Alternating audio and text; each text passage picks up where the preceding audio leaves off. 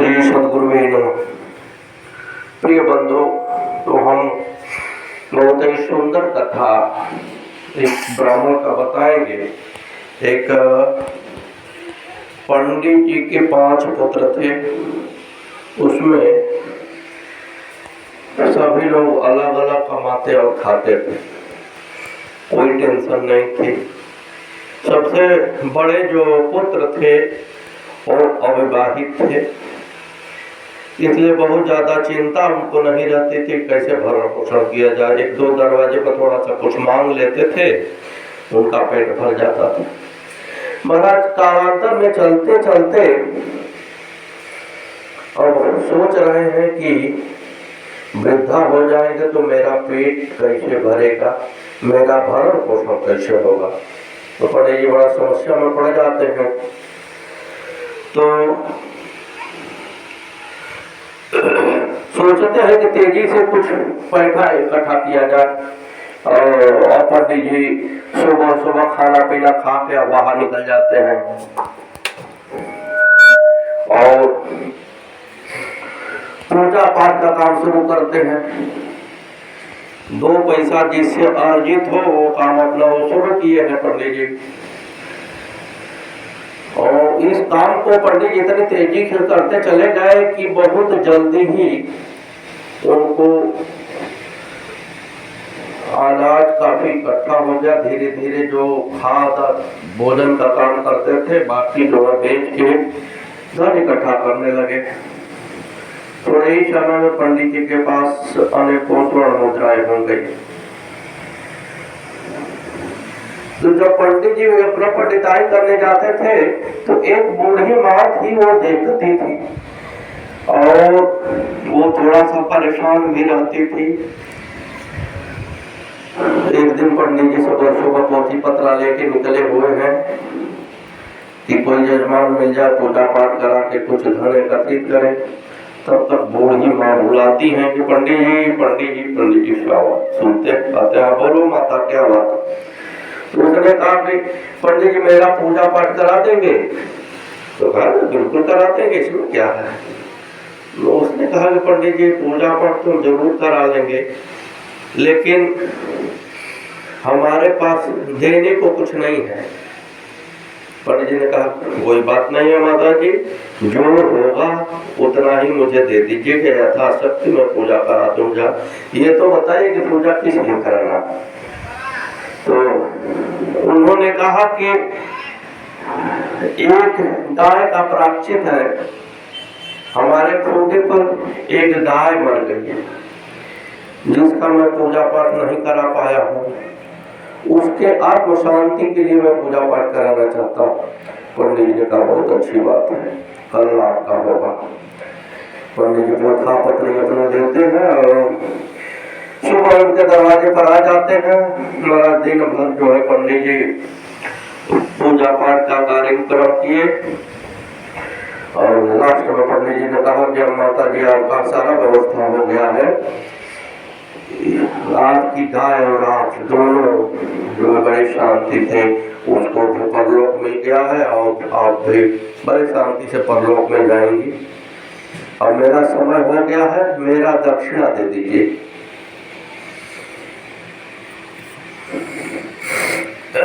बूढ़ी माँ एक बछड़े को लेके आती है और कहती है कि पंडित जी यही मेरे पास है, जो गाय की शांति के लिए हमने पूजा करा था उसी का ये बच्चा है और मैं वृद्धा हो चुकी हूँ, मुझे खिलाने का अवसर नहीं रह गया है, आप इसे ले लीजिए,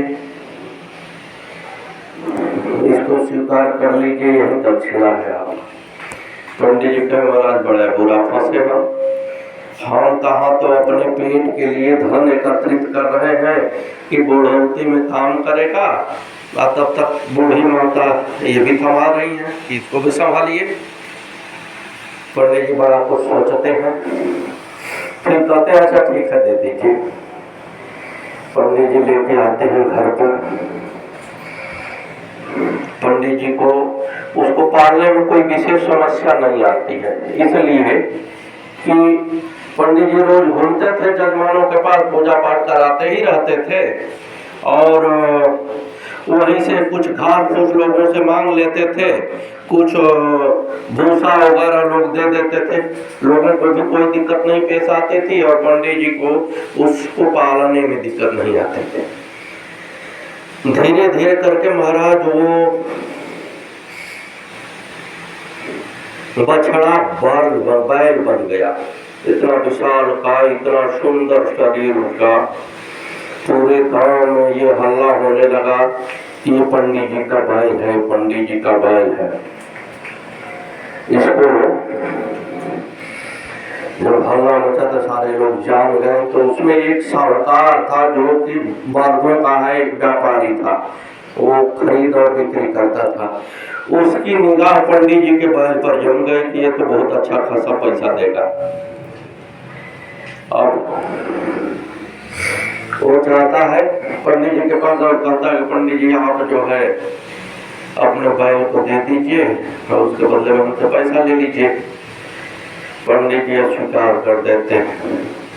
पंडित जी कहते हैं कि देखिए ये बैल नहीं है, मैंने इसको अपने पुत्र के समान पाला है और मैं इसको बेचूंगा नहीं।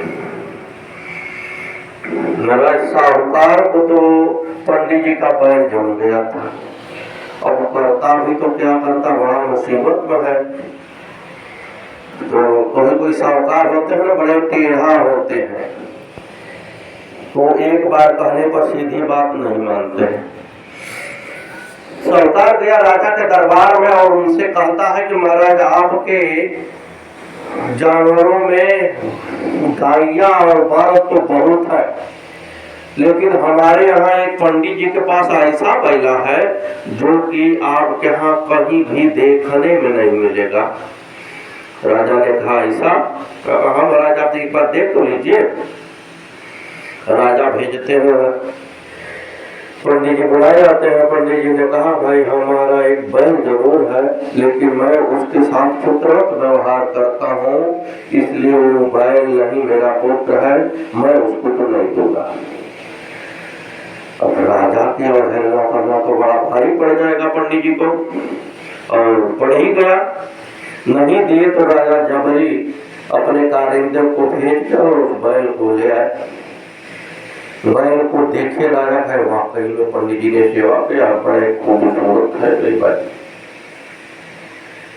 और महाराज बैल तो आ गया और उन्होंने कारिंदों को सूचना दे दी कि राजा का बैल की इतनी अच्छी तरह से परवरिश करना कि वहां से भी यहाँ बहुत सुंदर हो और सुखी माने। लेकिन यहाँ क्या, यहाँ तो स्थिति उल्टी पड़ गई, वो अन्न पानी ही छोड़ दिया। जब अन्न पानी छोड़ दिया, एक दिन राजा ने देखा, दूसरे दिन जो सेवा कर रहा था वहां पर सूचना दिया कि वो बैल जो है जिंदा रहने की स्थिति में नहीं। राजा वहां पहुंचे और देखे वाकई में ये जो है यहाँ मर जाएगा। फिर राजा ने सूचना दिया पंडित जी को। पंडित जी आए, कहे महाराज पंडित जी मुझसे गलती हो गई, वाकई में आपका और इसका प्रेम बहुत ही अटूट है, आप इसको लेके जाइए, मेरे बस की बात नहीं इसको संभाल। पंडित जी ने बहुत प्रसन्न होकर बैल को लिए और ले जा रहे हैं और वो फिर से भोजन अपना करना प्रारंभ कर दिया। इसके बाद एक दिन वो चारा डाल रहे थे और वो जो है आदमी की आवाज जो बोल रहा है कि पंडित जी एक काम करिए, आपको बड़ा धन का लाभ होगा। पंडित जी उस पर ध्यान नहीं दे पा रहे हैं कि भाई ये कौन है। फिर उसने आवाज किया कि पंडित जी मैं ही बाप का पहले बोल रहा हूँ। और कुछ पंडित जी को सोचा और कहा कि मेरे पास वो ताकत है जिससे कि मैं मनुष्य की आवाज निकाल सकता हूँ और ये आवाज आप ही तक रहेगी, कोई नहीं सुनेगा। और एक योजना मैं बनाता हूँ जिससे कि अच्छी खासी पैसे की आमदनी हो जाएगी। पंडित जी को कुछ उसने बता दिया और पंडित जी कहे कि ऐसा है कि ये दाव कहीं उल्टा न पड़ जाए। उसने कहा कि यकीन रखिए कोई उल्टा नहीं पड़नी है, आप जो है यही काम करिए। पंडित जी गए साहूकार के यहाँ, उससे कहे कि महाराज हमको एक बैल और दे दो, एक बैल तो मेरे पास ये है, एक बैल और दे दो तो हम खेती गृहस्थी करके कुछ पेटों का काम कर लेंगे। साहूकार प्रसन्न हुआ, कहा क्यों नहीं पंडित जी, एक बैल तो हम दे ही देंगे आपको, हमारे पास तो एक से एक बैल पड़े हुए हैं। पंडित जी कहे कि एक से एक बैल होंगे, लेकिन हमारे बैल की तुलना में आपके पास तो कुछ नहीं है। हमारा बैल एक साथ 5 बैलगाड़ी खींच सकता है अनाज लदे हुए। तो व्यापारी ने कहा पंडित जी ठीक है, आपका बैल विशाल है, ताकतवर है, मुझे पता है, लेकिन एक साथ इतने बैलों को, इतने बैलगाड़ी को खींच सकता है, ये मैं नहीं मानता। कहे आजमा के देख लो। अब लग गए पंडित जी और उस व्यापारी में शर्त। व्यापारी ने कहा कि अगर 5 अन्नों से लदे हुए बैलगाड़ी को आपका बैल खींच देगा तो 2000 स्वर्ण मुद्राएं देंगे, अगर नहीं खींच पाएगा तो आप 1500 स्वर्ण मुद्राएं और 7 बैल वापस करेंगे मुझे। पंडित जी कहा बहुत बढ़िया। दूसरे दिन प्रतियोगिता शुरू होती है महाराज, और अपार भीड़ लग जाती है, सबको पता चल जाता है कि कल ऐसा होने वाला है। हुआ भी वैसा ही, भीड़ लग गई। बैल एक बार प्रयास किया, नहीं खींच पाया, फिर दूसरे बार प्रयास किया, 5 बैलगाड़ी को लदे हुए अन्न से दौड़ा दिया 1 किलोमीटर दूर।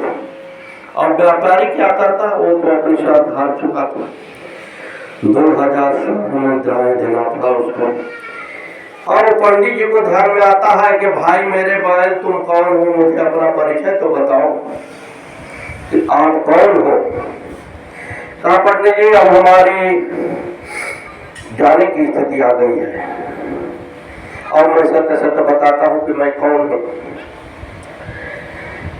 कहा कि मैं शंकर जी का भक्त हूं।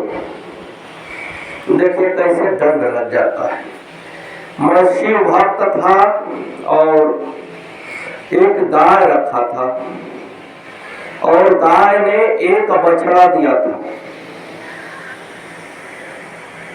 महाराज मैं दूध के चक्कर में उस बछड़े को बड़ा थोड़ा सा दूध पिलाता था, सब दूध गाय से गाड़ लेता था, अपने खाता था और लोगों को बेच देता था।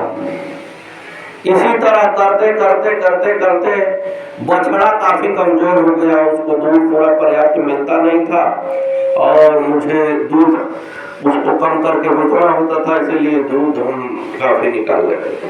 धीरे धीरे करके वो बछड़ा इतना कमजोर हो गया कि बछड़ा चल बसा। अब मेरा बछड़े का पाप मुझको लग गया और जैसे ही बछड़ा मरा उसकी माँ उसके चिंता में वो भी मर गई और 3 पशुओं के आत्मा का पाप का बोझ मुझे मिल गया और मैं आज की स्थिति में उसी का कर्म उतारने के लिए बछड़ा बन के पैदा हुआ। साहब कहने का तात्पर्य ये है कि प्राणी जैसा कर्म करता है अवश्य ही उसको भोगना पड़ता है, इसमें कोई संदेह नहीं है। और कुछ लोग ये समझते हैं कि देखिए फला व्यक्ति ने इतना बड़ा पाप किया लेकिन उसको कोई दिक्कत नहीं हो, जो है बड़े आराम से चला गया, लेकिन ये सत्य नहीं है। सत्य ये है कि अपने किए हुए कर्मों का परिणाम भोगने के लिए चाहे कई बार क्यों न मुझे जन्म लेना पड़े, आना तो पड़ेगा ही। और ये गारंटी नहीं है कि आप क्या कहते हैं मनुष्य जोड़ी में आएंगे, ये तो बड़ा दुर्लभ चीज है। ये तो एक बार परमात्मा ने चांस दिया जो आपने गंवा दिया होगा या जो किए हो, अब मिलना नहीं है, लेकिन कई जन्म लेना पड़ेगा उस पाप को काटने के लिए और लेना ही पड़ता है, इसमें कोई दो राय संशय नहीं। अब देखिए हम शुरू में ही कहे थे कि पंडित जी के 5 पुत्र थे, इसके बाद सबसे छोटा वाला पुत्र जो है व्यापारी था, उसको इतनी भारी विपत्ति पड़ गई कि कुछ जालसाजों ने उसको फंसा लिया और उसका सारा व्यापार चौपट हो गया और वो जो है उसका घर मकान नीलाम होने के कगार पर आ गया। ये सुनकर जो पंडित जी थे, सबसे बड़े थे, उनको पता चला था कि ऐसी ऐसी बात हो गई है। और भाई तो कभी इकट्ठा होते नहीं थे, सभी लोग अपने अपने बनाने खाने में मस्त हैं। तो उन्होंने कुछ भाइयों को सूचना दी कि मेरे छोटे भाई पर ऐसी विपत्ति आ गई है, क्या किया जाए। भाइयों ने कहा कि